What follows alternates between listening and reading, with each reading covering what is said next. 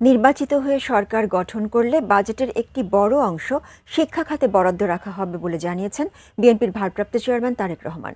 দেশে আধুনিক প্রযুক্তি নির্ভর শিক্ষা ব্যবস্থা গড়ে তুলতে চান জানিয়ে তিনি বলেন, বর্তমান বিশ্বের সঙ্গে প্রতিযোগিতায় টিকতে হলে শিক্ষা ব্যবস্থার আমূল পরিবর্তন আনা দরকার। আমিনুল ইসলামের রিপোর্ট।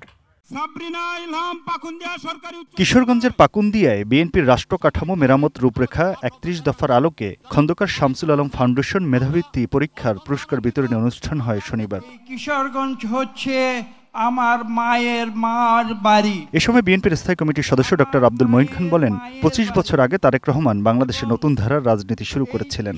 আন্দোলনে যিনি শুধু লন্ডন থেকে নেতৃত্ব দিয়েছিলেন, তিনি বাংলাদেশে এসে ইনশাআল্লাহ আমাদের প্রধানমন্ত্রী নির্বাচিত হবেন। আচ্ছা আঙ্কেল, ডাক্তারি করতে গিয়ে এত অঙ্কের কোনো দরকার আছে?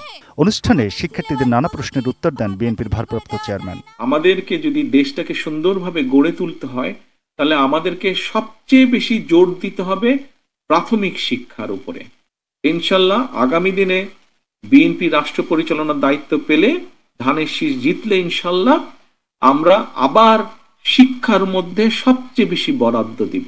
মেধাবৃত্তির এই আয়োজনে ভার্চুয়ালি যুক্ত হয়ে তারেক রহমান বলেন, বিএনপির একটি বিশেষজ্ঞ টিম দেশের বর্তমান শিক্ষা কারিকুলাম কিভাবে আরো উন্নত, কার্যকর এবং প্রযুক্তি নির্ভর করা যায় সে ব্যাপারে কাজ করছে।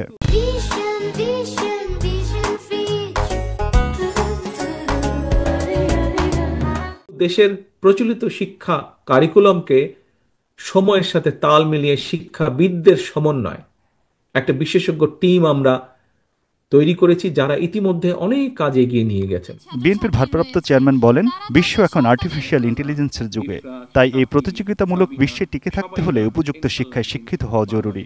মাদ্রাসা কিংবা স্কুল, যেখানে তোমরা যাই পড়াশোনা করো না কেন, মনে রাখতে হবে প্রতিযোগিতামূলক এই বিশ্বে সম্মানের সঙ্গে যদি তোমাদেরকে টিকে থাকতে হয়, তোমাদেরকে যথা উপযুক্ত শিক্ষায় কিন্তু শিক্ষিত হতে হবে, জ্ঞানে বিজ্ঞানে পারদর্শী হতে হবে।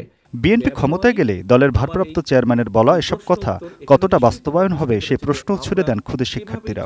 আঙ্কেল, আপনি আমাদেরকে যে কথাগুলো বললেন, আমাদেরকে আশা দিলেন, এগুলো কি শুধুই কথার কথা, যেমন অন্যান্য রাজনৈতিক নেতারা বলে থাকেন?